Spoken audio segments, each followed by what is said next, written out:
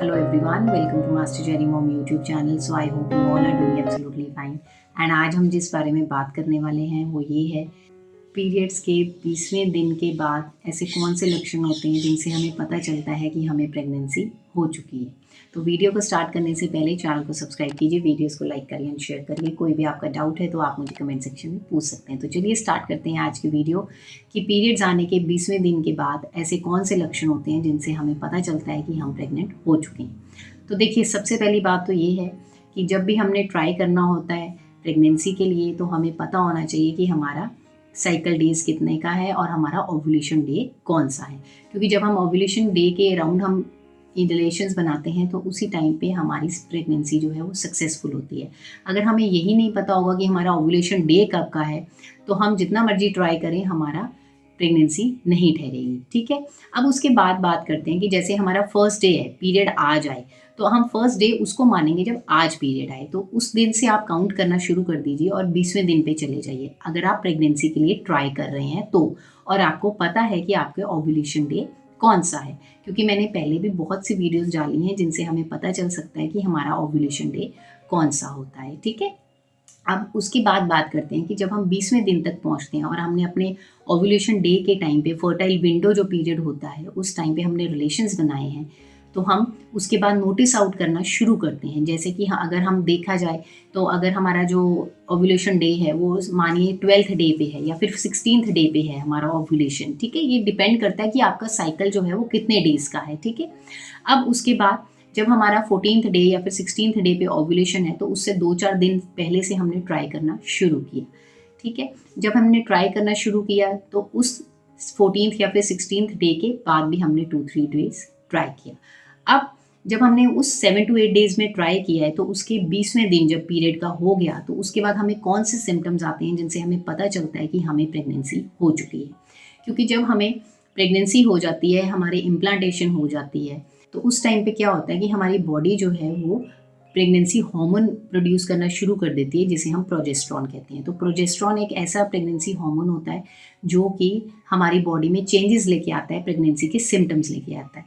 लेकिन ये वही सिम्टम्स होते हैं जो हमारे पीरियड्स आने से पहले भी आते हैं। ठीक है, तो मैं आपको बताऊंगी कि आपने सिम्टम्स तो नोट करने हैं, सेम होते हैं, लेकिन क्या फ़र्क होता है जिससे हमें पता चलता है कि ये पीरियड्स के सिम्टम्स नहीं है, ये हमारे प्रेगनेंसी के सिम्टम्स हैं। तो देखिए, लेकिन सबसे पहले बात करते हैं सिम्टम्स की। सबसे पहला सिम्टम तो ये होता है इम्प्लांटेशन ब्लीडिंग का। ये ज़रूरी नहीं है कि सबको ही इम्प्लांटेशन ब्लीडिंग हो, कईयों को होती है, कईयों को नहीं भी होती। और जो इम्प्लांटेशन ब्लीडिंग होती है ये कुछ घंटों के लिए भी हो सकती है, 1 दिन के लिए भी हो सकती है और 1.5 दिन के लिए भी हो सकती है। ठीक है, ये हल्की सी ब्लीडिंग होती है, इसके लिए आपको कोई पैड यूज़ करने की ज़रूरत नहीं पड़ती है। जब आप वॉशरूम में जाएंगे, आप तब अगर वॉशरूम किया है तो आप देखेंगे तब हल्का सा एक लाइट पिंक कलर का कह लीजिए या फिर ब्राउनिश कलर का भी हल्का सा स्पॉट आप कह सकते हैं, इससे ज़्यादा नहीं होता। अब उसके बाद बात करते हैं क्रैम्प्स की। तो क्या होता है कि जब हमें प्रेगनेंसी हो जाती है तो उस टाइम पे हमें क्रैम्प आने शुरू होते हैं। क्रैम्प कहाँ पे, या तो हमें नाभि से नीचे वाले हिस्से में होते हैं, ठीक है, या तो लेफ्ट साइड पे हो सकते हैं या फिर राइट साइड पे हो सकते हैं। ये डिपेंड करता है, बॉडी टू बॉडी डिपेंड करता है। ठीक है, और ये जो क्रैम्प्स होते हैं ये इतने हल्के होते हैं कि हमें पता भी नहीं चलता कि हमें क्रैम्प्स आ रहे हैं। हम अगर आराम से बैठे हुए हैं तो हमें फील होता है कि हाँ ये हल्का सा दर्द हो रहा है, लेकिन ये क्रैम्प्स ऐसे भी नहीं होते कि हमें इसके लिए डॉक्टर के पास जाना पड़े, हमें दवाइयाँ खानी पड़े, नहीं। बहुत हल्का सा क्रैम्प्स होते हैं, हल्के हल्के से दर्द होते हैं, बस और कुछ नहीं। जैसे कि हमें खिंचाव हो रहा है महसूस, या फिर ऐसा लग रहा है कोई सुई चुभ हो रहा है ना, ऐसा फील होता है, इससे ज़्यादा और कुछ नहीं होता। उसके बाद अगले सिम्टम की बात करते हैं जो कि बहुत इंपॉर्टेंट है, वो है ब्रेस्ट टेंडरनेस। हमारी जो ब्रेस्ट है उसमें हैवीनेस आ जाती है। ठीक है, जब उसमें हैवीनेस आती है तो उसके साथ साथ जो निपल्स होते हैं उसमें भी सूजन आ जाती है, स्वेलिंग आ जाती है, और हमारी जो नसें होती हैं ब्रेस्ट की वो उभरना शुरू हो जाती हैं, हमें दिखना शुरू हो जाती हैं। क्योंकि जो एस्ट्रोजन हार्मोन होता है वो रिस्पॉन्सिबल होता है कि जो हमारी ब्रेस्ट को प्रिपेयर करता है मिल्क प्रोड्यूस करने के लिए, ताकि हम फर्दर डिलीवरी के बाद बच्चे को ब्रेस्ट फीड दे सकें। तो ये चेंजेस होते हैं। और उसके बाद जो नेक्स्ट चेंज आता है वो होता है एसिडिटी का।